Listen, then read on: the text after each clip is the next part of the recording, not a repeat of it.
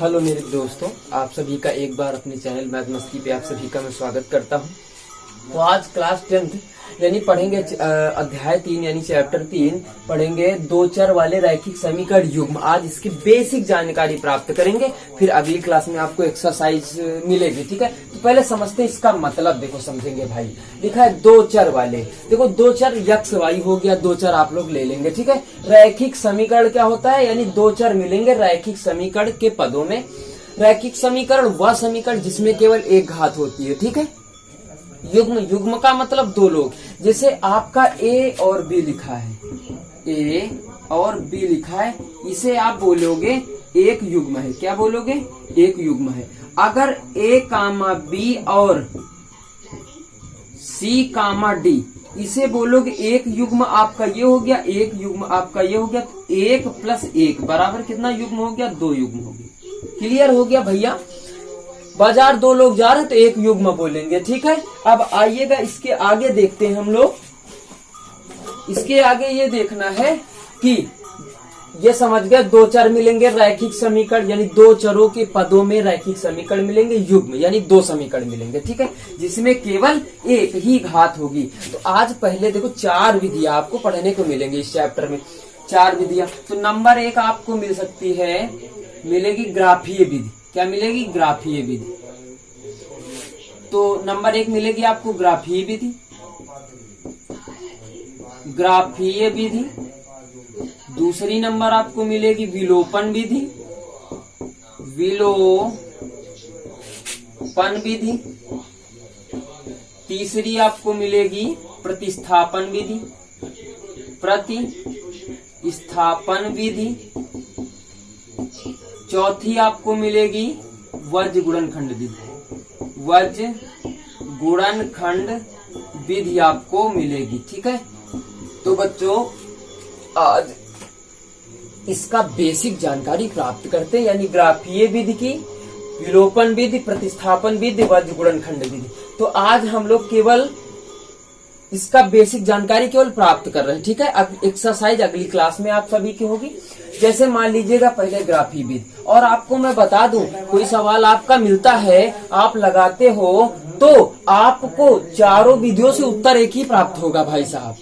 आपका उत्तर एक ही आएगा। तो आप देख लीजिएगा, पहली एक्सरसाइज में ग्राफीय विधि, दूसरी में विलोपन विधि, तीसरी में प्रतिस्थापन विधि और चौथी एक्सरसाइज में वज्र गुणनखंड विधि का प्रयोग होता है। जैसे कि आपको मैं बता दूं, एक उदाहरण ले लीजिएगा। तो x प्लस वाई बराबर 6, एक अपने मन से ले रहा हूँ, x माइनस वाई बराबर 4। अब इसको ग्राफीय विधि से हम लोग हल करेंगे। ठीक है, तो आइएगा ग्राफीय विधि। तो x प्लस वाई बराबर 6 के लिए एक ग्राफ बनाते हैं हम लोग, सुंदर सुंदर। जैसे मैं बना रहा हूँ सभी लोग वैसे ही बनाएंगे भाई। यहाँ लिख लेना x, यहाँ लिख लेना y। तीन तीन हल प्राप्त करने होते हैं। ठीक है, अब देखो श्रीमान जी, x का मान कितना रखें? पहले 0। कितना रखें? 0। जब x 0 हो गया तो y का मान कितना बचा? 6। क्लियर ना? x का मान कितना रखें? 1 रखें। तो यहाँ पे जब 1 रखेंगे, पक्षांतर करोगे तो कितना आ जाएगा? 5 आ जाएगा, घट जाएगा। अब यहाँ पे 2 रखेंगे श्रीमान जी, जब 2 रखते हैं तो कितना हो जाएगा? 4 हो जाएगा। अब इसके लिए ग्राफ बनाते हैं, यानी x माइनस वाई बराबर 4। तो इसके लिए ग्राफ आप बना लीजिएगा। जब इसके लिए आप ग्राफ बनाते हो तो देखिएगा इसमें क्या होता है, x y। देखो x बराबर कितना रखोगे? 0। ठीक, तो y बराबर माइनस हो जाएगा तो -4 बच जाएंगे भैया। x बराबर 1 रखोगे तो 1 उस तरफ ले जाओगे, -3 बचेगा। 3 बचेगा केवल, माइनस हट जाएगा तो -3 हो जाएंगे भाई। क्लियर? समझ में आ रहा ना? अब इसके बाद 2 रखेंगे तो भैया कितना बचेगा? -2 बच जाएगा। 2 ले जाएंगे, 2 बचेगा, 4 में 2 घटाएंगे, माइनस हटा देंगे, -2। अब आइएगा ग्राफ बनाते हैं इसका। ग्राफ ये बनेगा आपका। ठीक है, ग्राफ हम लोग देखेंगे। अब तुम जानते हो ये, अच्छा आपके दो प्रकार के होते हैं, यक्ष और वाई। यक्ष अक्ष की धनात्मक दिशा है, ये वाई अक्ष की धनात्मक है।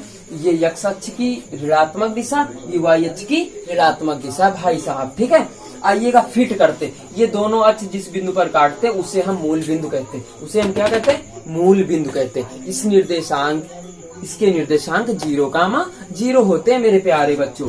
आइएगा इसको फिट करते हैं। पहले लिख लेते हैं 1 2 3 4 5 6 लिख लिया। इसके आगे भी जा सकते हैं डॉट डॉट। इसको लिखेंगे -1 -2 -3 -4 -5 -6। ठीक है, अब आइएगा इसके हम बनाते हैं। यहाँ कितना बन जाएगा -1 -2 -3 -4 छोड़ दीजिएगा। -1 -2 -3 -4 -5 सॉरी धनात्मक है ना तो फिर प्लस में बनेंगे। 1 2 3 4 5 और 6 ये बन गया आपका। अब आइएगा इसको फिट करते हैं। 0 कामा 6 यानी x में कितना गया श्रीमान जी 0 गया, y में कितना गया 6 यानी यही के यही रह गया 0 कामा 6। पहले x का मान फिर y का मान। ठीक है, 1 कामा 5 1 ये गया 5 ये यानी ये बिंदु मिल गया आपको 1 कामा 5। इसके सामने 1 हो गया 5 हो गया। ठीक है, दूसरा 2 कामा 4 2 आपका ये मिला 4 आपका ये मिल गया 2 कामा 4। ठीक है, ठीक है भाई समझ रहे हो ना। अब ये वाला यहाँ से जाएगा, अभी देखना ध्यान से रुक जाइएगा 1 मिनट। इसको फिट करो 0 कामा -4 x में 0 गया y में -4 यानी ये यही रह गया 0 कामा -4। ठीक है, 1 कामा -3 1 कामा -3 ये यहाँ आ जाएगा 1 कामा -3। फिर उसके बाद 2 कामा -2 2 कामा -2 यहाँ आ जाएगा 2 कामा -2। अब इसको मिला लीजिएगा आप लोग। क्या करोगे मिलाओगे, इसको इस तरफ से ऐसे जाएगा, ये जाएगा ऐसे। अब ये वाला कहाँ से जाएगा, ये वाला इसके आगे से ऐसे जाएगा। ठीक, जब ये ऐसे जाएगा श्रीमान जी तो इसको डॉट डॉट से मिलाइएगा। जिस बिंदु ये 5 पे काटेगा मिलान सही बिंदु नहीं हो पाया, 5 पे काटेगा ये ऐसे मिल जाएगा तो इस बिंदु के निर्देशांक 1 कामा 5 हो जाएंगे। जहां पे दोनों मिलते हैं उसी को डायरेक्ट उसके सामने मिला दीजिएगा 1 कामा 5 हो जाएगा। जब 1 कामा 5 हो जाएगा तो x का मान कितना आ जाएगा आपका, देखो सॉरी उल्टा लिख दिया मैंने, ये ध्यान दीजिएगा आप लोग। 5 कामा 1 हो गया क्योंकि x का मान पहले y का मान बाद में, तो x का मान कितना आ गया श्रीमान जी 5 आ गया, y का मान कितना आ गया 1 आ गया। यही आपका उत्तर हो गया।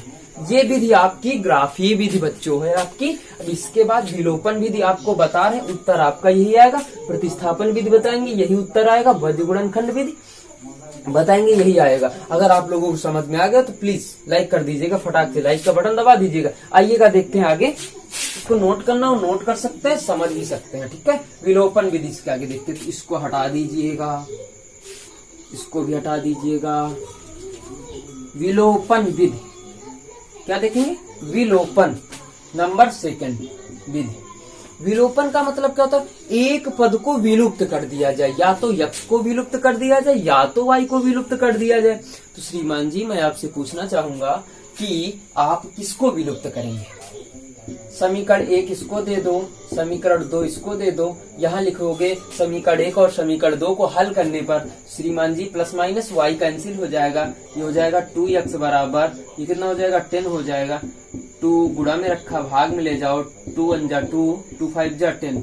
x इक्वल कितना आ गया 5, कितना आ गया 5।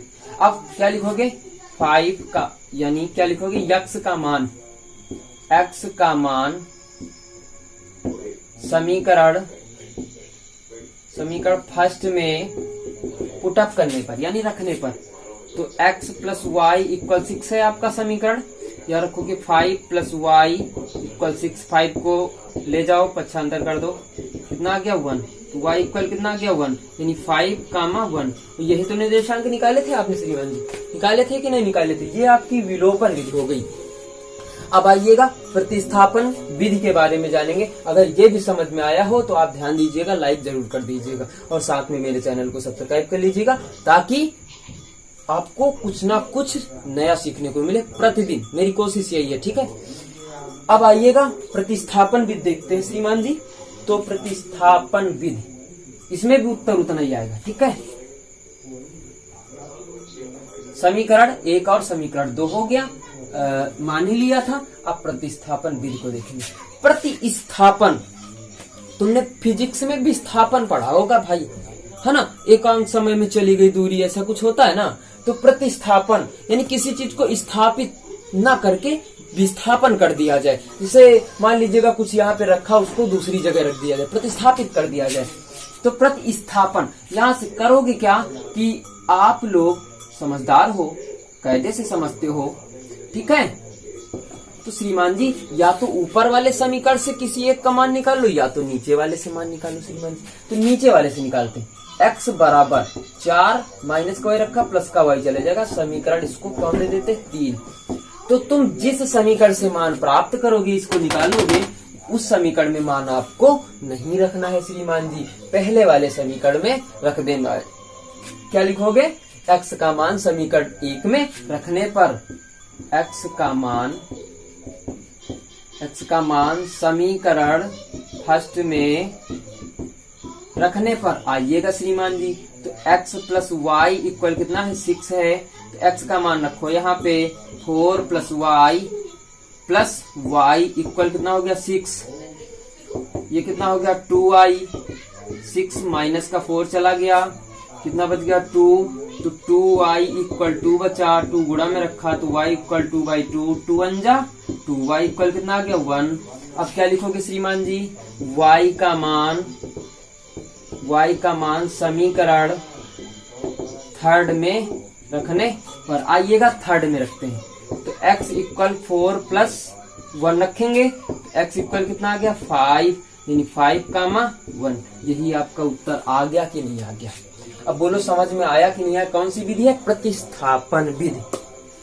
आपको हर्षरूप शर्मा की किताब के सारे सवालों के हल मिलेंगे आप लोगों को। एक एक सवाल छोड़ेंगे नहीं, हम एक एक सवाल बताएंगे आपको प्रत्येक प्रश्नावली के, ठीक है। कोशिश यही करिएगा, मेरे चैनल को सब्सक्राइब करिए और सब्सक्राइब करिए, साथ में बेल आइकन भी दबाइए, नोटिफिकेशन आपके पास पहुंच जाएगा। वज्र गुणनखंड विधि है, इसका एक सार है जो कि ये 12-21, ये मेरा बनाया हुआ नुस्खा है, सार्टिक 12-21। तो इसको मैं अगली क्लास में जब सवाल मिलेंगे अगली क्लास में तो मैं बताऊंगा। पहली एक्सरसाइज, दूसरी एक्सरसाइज, तीसरी एक्सरसाइज, चौथी एक्सरसाइज जब पड़ेगी तो मैं आपको 12-21 के फार्मूले से वज्र गुणनखंड बहुत आसान तरीके से मैं सिखाऊंगा आप लोगों को। तब तक के लिए मैं दैट्स ऑल करता हूँ। कल की क्लास में आप सभी का फिर से स्वागत करता हूँ। धन्यवाद, बाय बाय, थैंक यू।